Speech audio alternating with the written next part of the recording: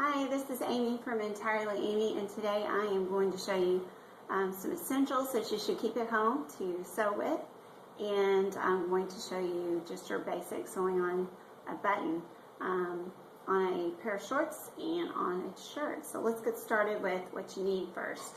My suggestion is that you should have a sharp pair of scissors. These little sharp scissors with the point get into those stitches really well and you don't end up messing up your clothes. That's a really important tool. Also, just a regular household pencil. This one looks fancy, but it's just a mechanical pencil because I prefer those. I guess you can use just a regular pencil too. You want to use that when you do. Don't mark really hard, but it will wash out when you mark stuff. The other type of pencil that I keep is a white pencil. It's made for tailoring. It's sewn at any local store.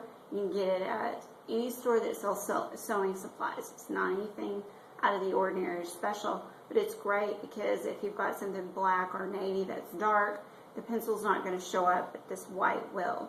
And it also washes out, so that's great. You need a ruler because you need to measure, just like a carpenter. You gotta have your measurement.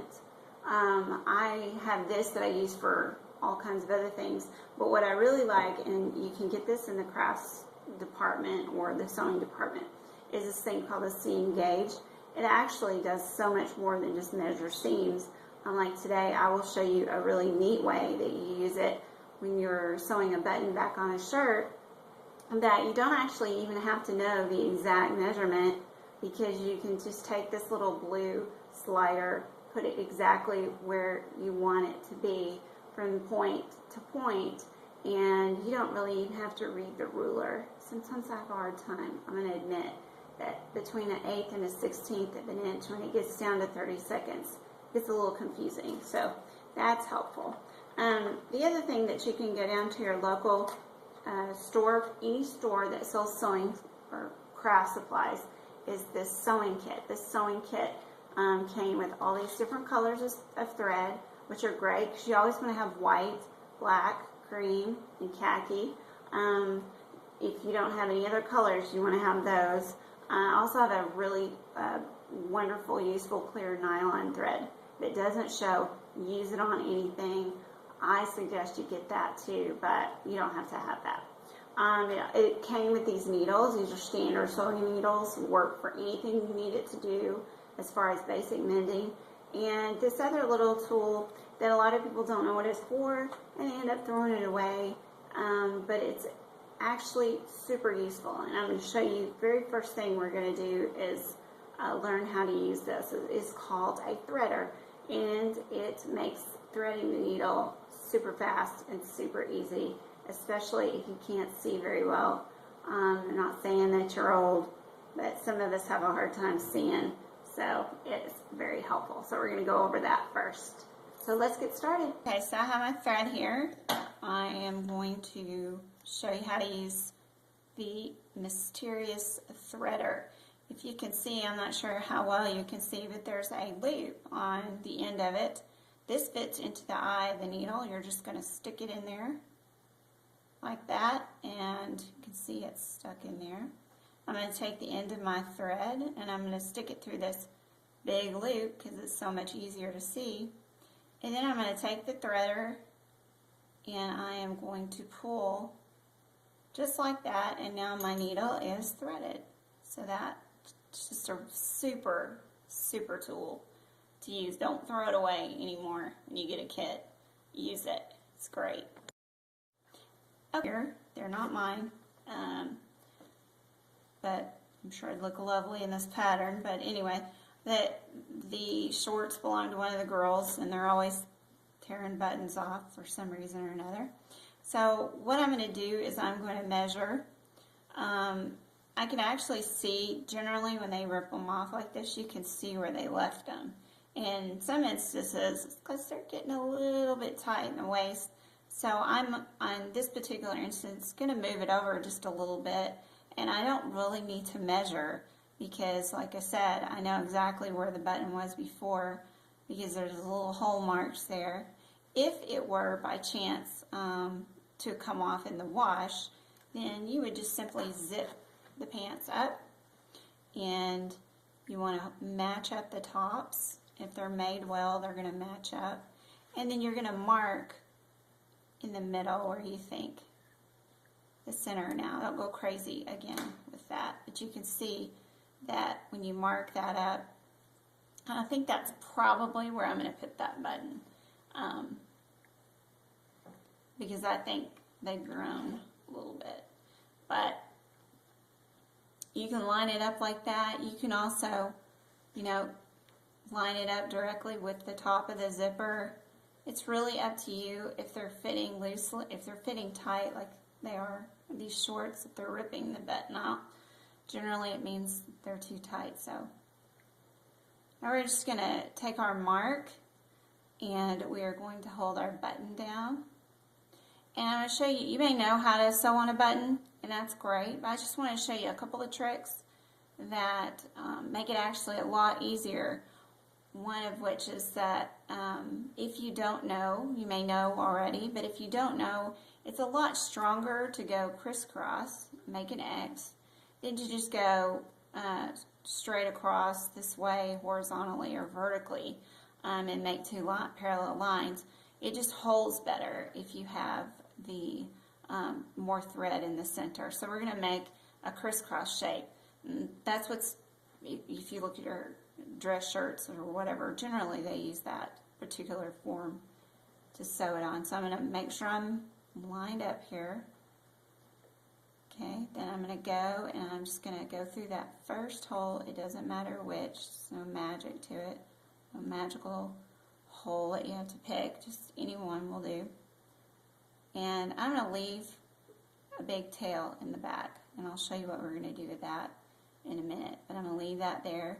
I'm going to make sure my button's straight, and I'm just going to go through it 3 times. Now the reason I say 3 times is because I generally, when I'm mending something like this, just do it 3 times, because it's really more than enough. You've got your thread doubled, you've got, crossing over, so if you do too much, you've got like this big wad of thread. If you don't do but 1 or 2, it's going to come off again. But generally, when you do it 3 times, it stays. It stays there until you take it off. So that's our 3rd time through. And I'm going to flip it over, and you can see it's all kind of clustered together there. I'm just going to tie this off by tying 3 knots. Once again, something about 3, it just makes it stronger. Or maybe I'm just neurotic and like the number 3, I don't know. But anyway, I would do it 3 times. And you can see that's firmly tied. It's not going to come loose in the wash or anything else. Unless they just rip it off, it is there for good. And we just check ourselves and button it up. I'm going to zip it. We're going to make sure it lines up. And you can see that gives them a little bit of leeway. We're not showing the zipper off. The button's lined up just perfectly. And that's how you sew it back on the shorts. Okay, now I have these dress shirts here. We're just going to, you can see it's missing here. In the laundry, generally is when they come out off. And so you won't have any marker or indication of where that needs to go. So what you want to do is you want to go down and use these 2 as your guide here. And I'm going to use, like I said, the seam gauge. You can use a ruler if you want. I'll just show you that either way you're going to be able to measure the distance. It's just that this lends more to being more exact. So center to center, because what I want to do is to be able to mark the very middle of where that button needs to go. I don't even need to know measurement at this point. I can just lay it on here and line that blue marker, the very top of it, up to the center of my button. And it's actually about 3/4, 3 3/4 inches. So I'm going to take and put that little blue marker on the button of the button that's below the one that's missing here. And then I'm going to make my first mark. I'm going to go ahead and use my pencil because this is light enough. And then I'll show you with the white marker too, so you can see them both. Now the second measurement you need to take is you need to figure out how far the button is from the end of the shirt. Typically it's about 1 inch, but we'll check it here just to make sure. I'm going to go to the very edge of your button, right there, and you're going to see that it is exactly 1 inch away from the edge. That is pretty standard. So what I want to do now, I can move this blue marker up to the 1 inch mark. And then I find my mark that I've made right here. I'm going to line this up. Okay. And I will get out my white marker. It's actually a chalk. And I will mark where the end of that button needs to line up. So when we put the button on, it will look like this, just center mark and the edge of my button. So now I know that this button is precisely where it needs to be in order to match up. And if you look at the one above it, you can see they use the X pattern to sew it on. These are generally going to fall off eventually because they do them with a machine and it just doesn't stay on nearly as well as when you sew them on yourself. So we're going to hold that down. We're going to make sure that our little holes are straight up and down. And we're going to do the exact same thing with this button. We're going to come up one of the holes, whichever one you can get it up through. So we're going to come up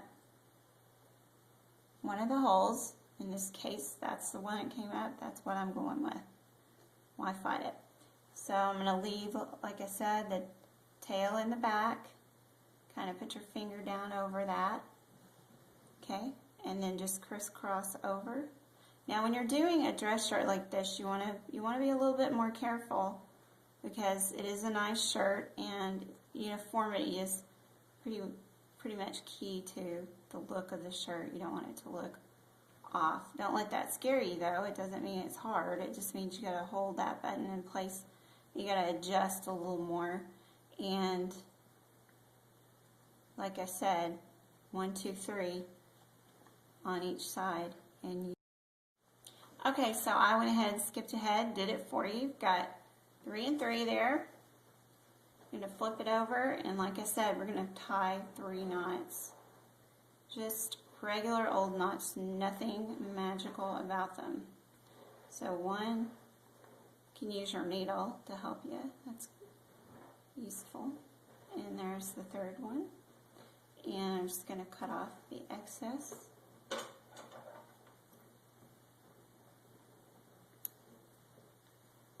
I'll lay that aside, and we're just going to check ourselves to make sure that we line up properly with the one above it. Got the one we just sewed on, and one right beneath it. If you look, this shirt is lined up very nicely. It's laying flat like it should. That's how you know you've done it right. So we were successful, and whenever we wash it, both the white mark and the pencil mark, which you can't see anyway, those will both wash out. So he's good to go now with his shirt. Once again, thanks for stopping by, and come back and see me.